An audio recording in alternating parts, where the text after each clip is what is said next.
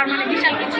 এই জন্য বাইরের দেশ থেকে আনা বাট আমাদের দেশে অনেক ভালো ভালো নায়িকা বা ট্যালেন্টেড আছে, হয়তো তারা সুযোগ পাচ্ছে না। এখানে তো একটা চান্স পাওয়ার একটা ব্যাপার আছে, তাই না? লাকের ব্যাপার আছে। বাংলাদেশের নায়িকাদের ভিতরে পছন্দের বলতে অ্যাক্টিংয়ের দিক থেকে আমার কাউকেই তেমন ভালো লাগে না। যদি বলে সুন্দরের দিক থেকে কাকে ভালো লাগে, আমার মনে অনেক ভালো লাগে। She is gorgeous, she is beautiful, but acting এটা দেখি নাই।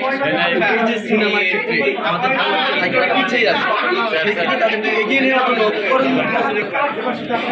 এক্ষেত্রে তো অনেক ট্যালেন্টেড আছে এবং এখানে আমি শুনেছি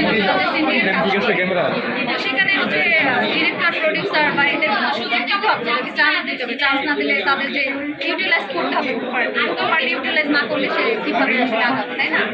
যেমন পূজা চেরি কিন্তু অনেক ভালো ভালো ছবি করছে একটা সময় জাজের সাথে, এখন কিন্তু তার ওই নাই মানে ছবি আসে। আপনার ক্যারিয়ার মডেলিং না অ্যাক্টিং কোনটাকে সবচেয়ে শিখে আমার আসলে আমি বাই প্রফেশন একজন ডক্টর। আমি অনেক ছোটবেলায় করেছিলাম দুইটা, একটা 7 পর্বের ধারাবাহিক করেছিলাম, একটা জুবান ভাইয়ের সাথে করেছিলাম। তখন শখের বসে করতাম, মাঝখানে আবার গ্যাপ দিয়ে দিয়েছিলাম স্টাডির জন্য। এখন আবার এই যে মডেলিং টডেলিং করি, ভালো লাগে। আমি আবার ছোটবেলা থেকে একটু গ্ল্যামার জগৎটা ভালো লাগে, অ্যাক্টিংটা আমার ভালো লাগে, বাট আমি আসলে এখন অ্যাক্টিং পারি না। শিখতে হবে, এটা আসলে শেখার ব্যাপার, গ্রুমিংয়ের ব্যাপার, সেটা উপরালাপূর্বক গড গিফটের ব্যাপার আছে। আচ্ছা, ডক্টর আপনি একজন বললেন, আপনি যে একজন ডক্টর পাশাপাশি আমি আসলে রেগুলারলি অপশনালি করি, করি। আবার নাটকও দেখা যায় যে ঈদে একটা দুইটা করছি। আচ্ছা,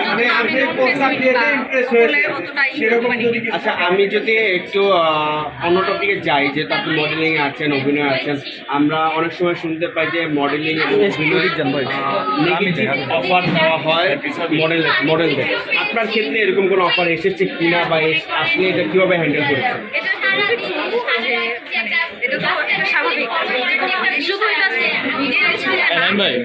যে কোনো সেক্টরে যদি যান, আপনি যদি কর্পোরেট সেক্টরেও যদি যান, তখন আপনার বস আপনাকে অফার করবে যে তুমি আমার সাথে কোয়ালিটিটা মেনটেন করো, তাহলে আমি তোমাকে প্রমোশন দিয়ে দিই, আমার সাথে একটা ট্রিপে চলো, আমি তোমাকে প্রমোশন দিয়ে দিই। তো সেখানেও তো হচ্ছে, মিডিয়াতেও তো ডিরেক্টর, প্রডিউসার অবশ্যই যার সাথে ভালো সম্পর্ক থাকবে তাকে বেশি কাজ করছে দেখা যাচ্ছে। আবার ইভেন্টে অফার অবশ্যই দেয়, বা আমাকেও হয়তো অফার করে। এখন এটা ডিপেন্ড করবে যে আমি কীভাবে হ্যান্ডেল করবো, আমি সেটা অ্যাকসেপ্ট করবো কী করবো। অনেকে তা কাজ ক্যারিয়ারে গ্রো করার জন্য তারা কম্প্রোমাইজ করে, অনেকে করে না। এখানে তো না করে তো কিছু হয় না। এটা অফার সবাইকেই, আমার মনে হয় যে কম বেশি সবাই এটা ফেস করছে। আমরা কয়েকদিন আগে একটা মিশাতে অনেক কিছু করেছে, এবং এটার প্রেক্ষিতে আমরা অনেক মডেল অভিনেত্রীদের সাথে প্রশ্ন করেছি, তারা একটা জিনিস বলেছে যে মিডিয়া ইন্ডাস্ট্রিতে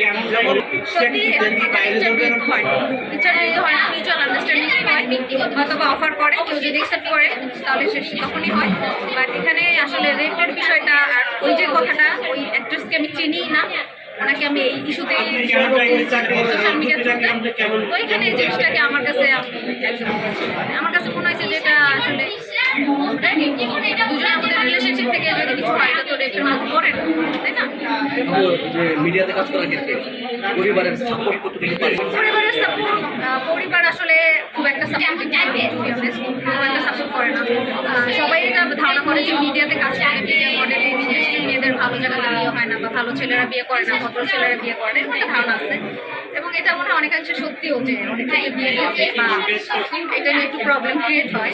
তো আমার ফ্যামিলি হচ্ছে সাপোর্টও করছে না, আবার আমাকে হচ্ছে করতেই পারবা না এরকম।